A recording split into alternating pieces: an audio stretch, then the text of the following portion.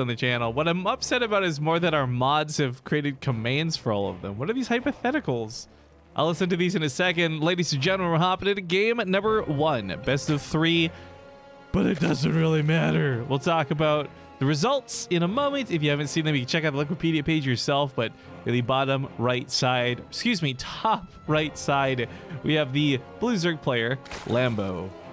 Got to see him pull out some pretty cool builds versus Showtime yesterday, so we know ZvP has practiced. His opponent in the bottom left, however, is going to be the red Protoss Rail, who is, again, sadly out of the tournament no matter what he does at this point. And that's part of the results thing I was going to talk about.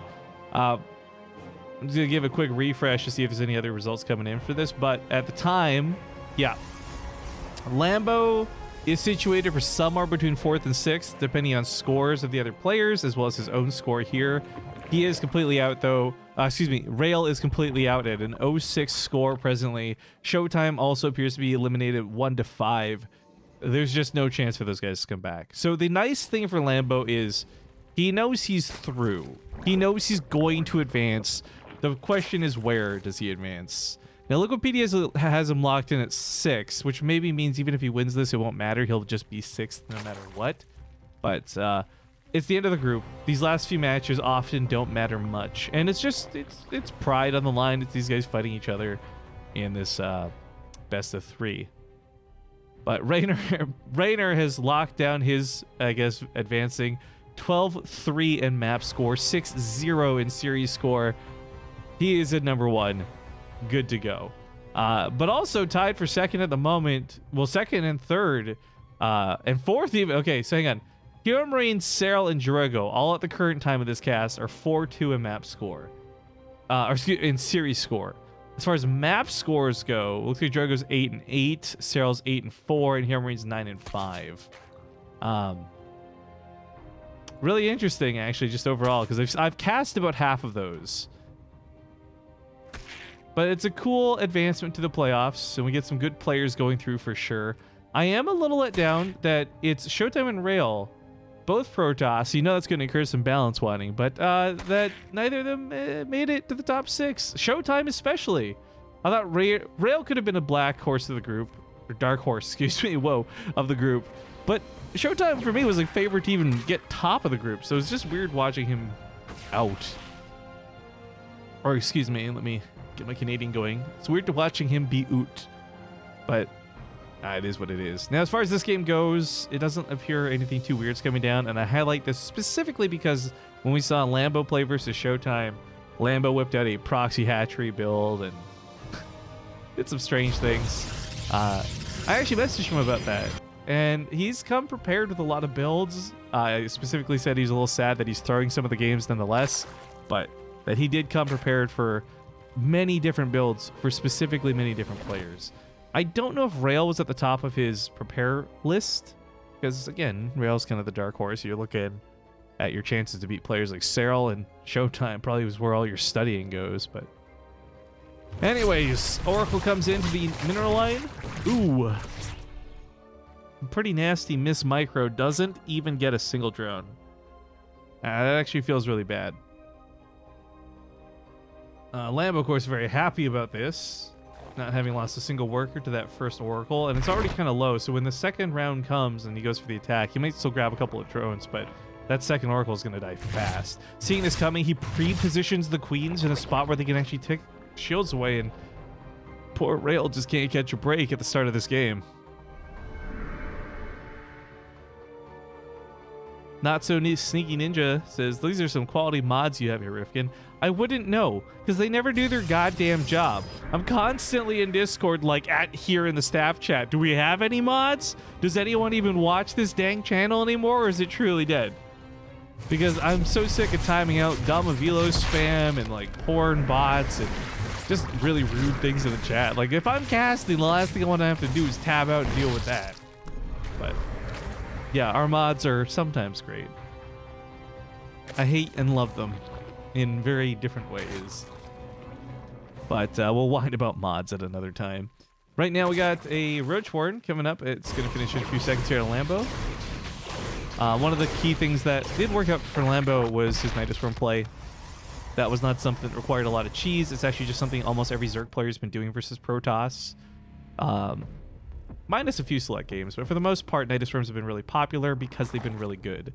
And if he wants to go Roach Hydra into Nidus Swarm as he did in previous games, I think it'll work out fine versus Rail. But I'm just thinking back, it was like, what, Lambo? Was it Lambo that went like 18 dead Nidus Swarms? It was kind of crazy, actually. 3 oracles patrol the map. Not a lot to really see, but they'll catch anything that leaves the base. So if blings run out, they'll follow and pursue. Roaches being built. All the upgrades going down too, by the way, including Overlord speed. Be a nice touch to have for the Overseers. Hydraless Den's done too. Muscular Augments being the priority here. I think that base got zapped down. Wait, was that a kill? That was not a kill, it was a cancel. Okay. That would have been a nice pickup for Rail. Make up for some of the damage he had lost down earlier, but sadly, that's not how this played out. He's gone for Charge, bringing a lot of attention to Lambo. Sorry about that, guys. Charge comes down for Rail on his side of the field. He's got Templar Archives finishing up too. It's going to be a little bit of standard play out of him, which I don't think is the worst thing in the world, but it's going to be tough keeping up with Lambo. Lambo's actually got a really solid and a very strong macro game to him. Whether it's an all-in in the mid-game or an all-in that turns into a macro game, I've seen him play both these styles, and he's pretty good at it. Nidus Swarm does come down, as I had mentioned earlier. The use of the Nidus Swarm is in a unique spot right now, so it's not really like you just throw the Nidus Swarm in the main and YOLO for an all-in like you did in the past. It's more like you bounce back and forth between 2 very far separated locations. Although, wait a minute. Those drop Overlords. Is he gonna like fake? Oh my god. Okay, if Lambo mind games this, I'm gonna be such a fan of Lambo. Or maybe it's just an escape route, but he could use the Nidus Swarm in one of 2 ways. One is a fake out, and he actually goes for the drop of the Overlords. The second is he uses the Nidus Swarm as an exit. Oftentimes the drop Overlords don't get to stick around, and they don't get to evacuate the units out. So you could possibly put a Nidus Swarm down behind your attack, and then have a way to get out of the base. But these drop Overlords are caught. It's only 1 Phoenix, so it can take forever to kill. In fact, he just unloads the Hydras, which reveals there are real units inside this. Nidus Swarm pops up on the right side of the map. Nidus Swarm also going down over here is the retreat path. Oracles are pre-lit, so they are going to attack right away. Zealots charge in with this too, but the Hydra Roach Arm is going to be a little too big for this. GG's just get called. Okay, wow, that was enough. GG. Lambo takes map number 1. Lambo steals map number 1. By the way, if this goes to game 3, we will see King's Cove again, but map number 2 is going to be on New Repugnancy. And we'll get this hosted up quick as I can.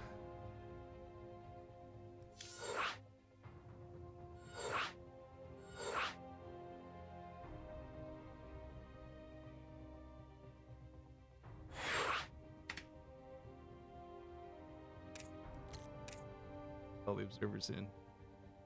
That was an abrupt ending to a game, let's be honest. I don't think the Blizzard Observer realized it, so he hasn't left the match yet. But yeah, so while our last match got swapped out here, it's still fine because we got Cham versus Neeb as our next series. Good to go. Set up and schedule. Scarlet versus Time after that. Masa versus Estrella. And then I guess our last match for North America might get swapped out too. But at the moment, it's Estrella versus Time. Either way, a lot of good matches, a lot of good games. 4 more best of 3 still coming up, guys. Looks like our Blizzard Observer has joined us. I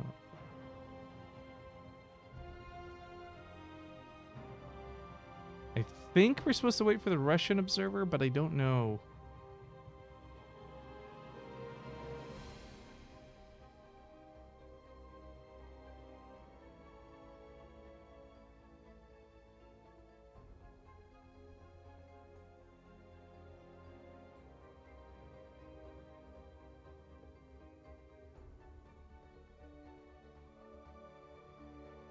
Did he leave that?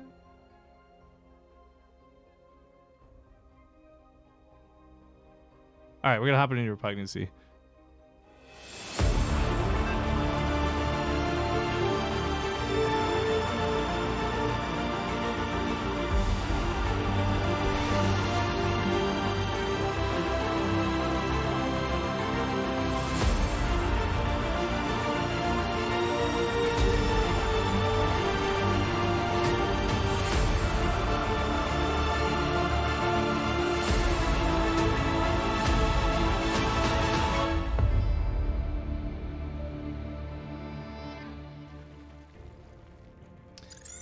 All right, folks, it's game number 2 in the last series for Europe. Spawning to the top right side, we got that Blue Zerg player, Lambo, rocking a 1-0 score at the moment.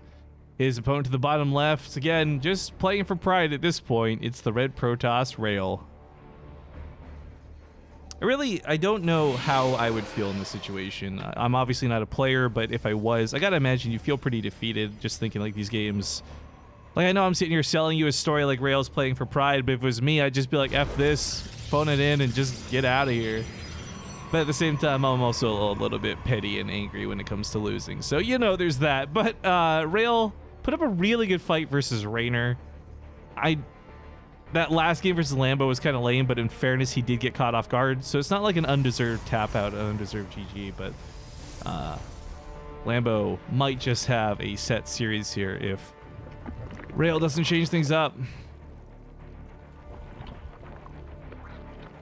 Regardless, as I had said before, and I will highlight again, once Europe is all wrapped up, we do have North America good to go. I'm not sure if there'll be downtime. Yesterday there wasn't, actually. We just jumped right into North America, which was kind of nice.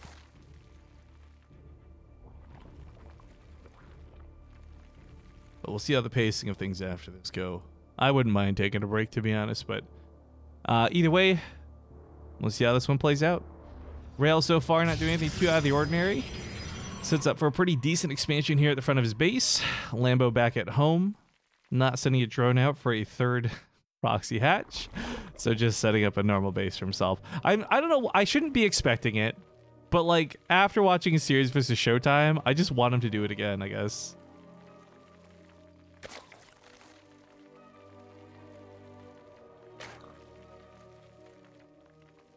Man, I really hate that you guys are linking such awesome clips right now and I can't watch them. WCS broadcast and all. We're keeping it somewhat professional, but I'll try and take a peek at those during the break, so keep them coming, guys. I love clips. My favorite thing after, I've said this before, I'll say it again, like, my favorite thing to do after a stream is done is just go through our clips and see what moments you guys have clipped. 90% of the time, it's just me saying something stupid rather than a cool gameplay moment, but you know, once in a while, someone clips Bailing's exploding, which is always nice. Anyways, just a blanket thank you to anybody who does that. Whether you're at my stream, Wardy stream, whoever stream. I love the clip system on Twitch. There's a lot of stuff we could complain about all day long, but I think the clip system's great for some quick highlights.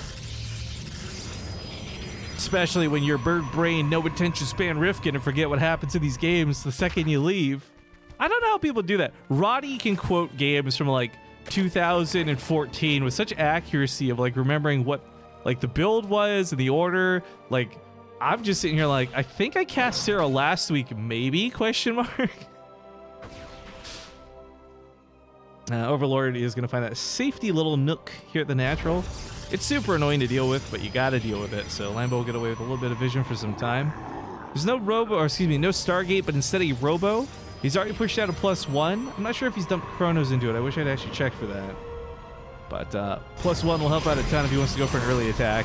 Hallucinated Phoenix will actually give him the vision to kill the Overlord. That's actually a nice move there. Sends that Phoenix off, then to go for a bit of scouting. I think an all-in is probably the appropriate reaction from Rail, based off of what's been going on so far. Looks like he'll have about 1 spare chrono. Right now he's used them on probes and just saturating the bases, but he's just placed down the Twilight Council, and if he's thinking about charge or resonating glaives, he'll need a couple of chronos to make up for the time, especially if he wants to push anytime soon. This could actually just be setting up for some macro play, but I was kind of hoping it'd lead towards a big all-in. 4 gateways coming down makes it look a little bit more promising, but that's still only 6 in total. Well, I say only 6. That's still plenty to go for an all-in, I guess, if you want to. Leaves the door open as he starts pushing out, and the worst part about this means these Lings are going to get to the main and scout this. As you see the gateway timings, and he should be able to wrap around here and see that Forge. And if he's clicked on the stock, then he knows that +1's already done, and that Forge is spinning away for a +2. Now, the +2 actually tells me he's going to take a third base for real and not like a fake out. This may be cause and effect of a couple things. Letting the Lings in guaranteed the scout was going to go off. If Rail was planning to set up for a big all-in, Lambo has knowledge of it. But the fact that he starts his +2 after the Lings get in and then takes the third base tells me he wants to play this one out a little bit more, and it's not going to be that big 2-base all-in that I thought was going to come down to play. For Lambo's sake, though, as much as I've just assessed all that, how much does he assess out of it? I guess feeling comfortable, he does go for a 4th base, saying, okay, well, I scouted your all-in. You'd be crazy to hit me with it. Perhaps calling his bluff on his opponent. Blink is also going to be part of this too, which I find really interesting. Blink Stalkers are good in some select scenarios, especially when they have upgrades, but I don't know. There's going to be a lot of Zerglings and a lot of Roaches. I'm not sure how well the Stalkers are going to end up holding at the end of the day. I do like the Immortals still being paired up with this, though. Didn't push out a fast Warp Prism.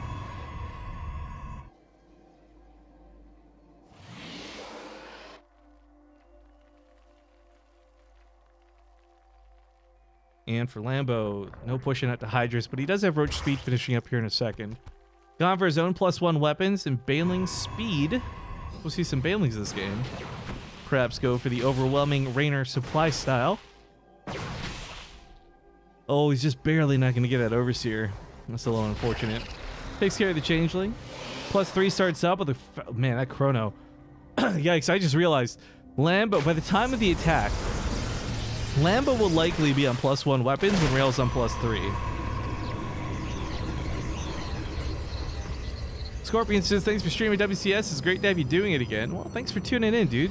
I know that people are split between many streams and not so many people are dedicated here on the channel, but it's nice to have something to come back and cast. And again, for me, it's nice doing WCS, but it's more of just a test to see how my stamina's holding up. If I'm gonna be really honest, guys, I don't think I'm gonna be ready to start casting a bunch of events within the very near future, but I am gonna try and get back into the swing of things as soon as I can. I mentioned it yesterday on the broadcast. I am at heart a workaholic, and it has been a nightmare for me being forced to sit around doing nothing. I hate watching TV shows. I hate having nothing to do. I want to work. I want to make money. I want to grind, but I can't do that right now. So health permitting, I'll get back to it ASAP, but for now we're on a bit of a hold.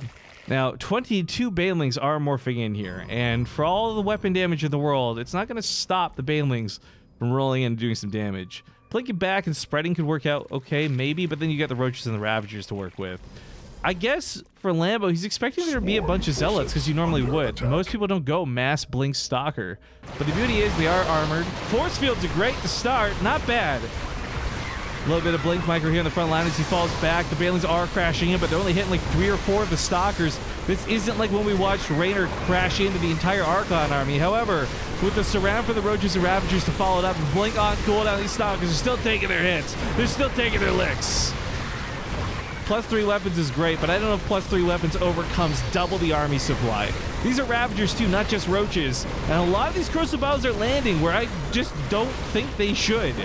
Blink goes off to the side, and it's not about what Lambo has right here, right now. It's what's flooding across the map. It's those links. It's the GG. Lambo, ladies and gentlemen, takes the series with a clean 2-0. And that will wrap up our WCS Winter Group. Well, at least for Europe. Like I said, we got 4 best-of-3s still to come for North America. And we should be starting off, unless things change on us again, we should be starting off with Cham versus Neeb. And I'm really excited for this one because we all know the hype behind Neeb. But what's been great is Cham has actually been building up a lot of reputation on the channel over the last month, or at least the last month prior to me getting sick because I've been gone for so long. But Cham, I'm a big fan of. I think Cham's actually got a pretty good chance. No, that was bad. I take that back. But he's got a pretty good chance at beating Neeb, to be honest. I might even favor him slightly, but we'll see where Neeb's at. Regardless, that'll be coming up as soon as we're allowed to start it. For now, we will once again just be ducking off to an ad break while we wait for the admins to give us the go-ahead to swap over. So thanks again for watching. If it's going to take a really long time, I might just use the clean feed and do a bit of casting on whatever the mainstream's doing. I do have access to that today, which is nice. I complained quite a bit about sitting around for an hour yesterday waiting on a match. But yeah, we'll be back in a bit, at least in 3 or 4 minutes with updates, and then we'll know what's going on. So thanks for watching, everybody. Enjoy all the streams. I'll be back in a little bit.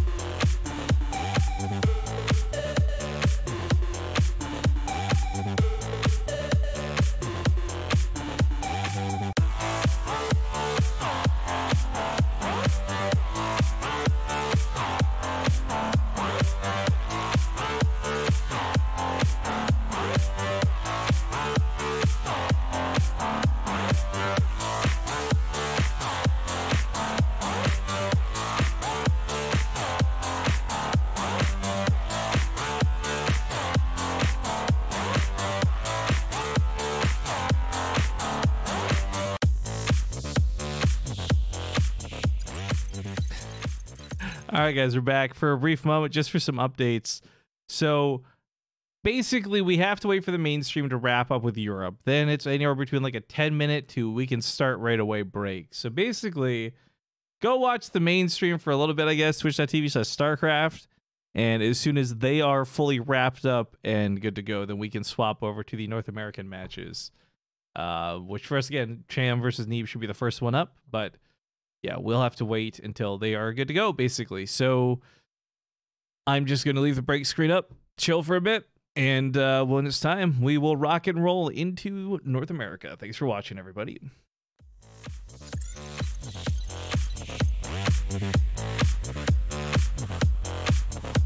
Mm-hmm.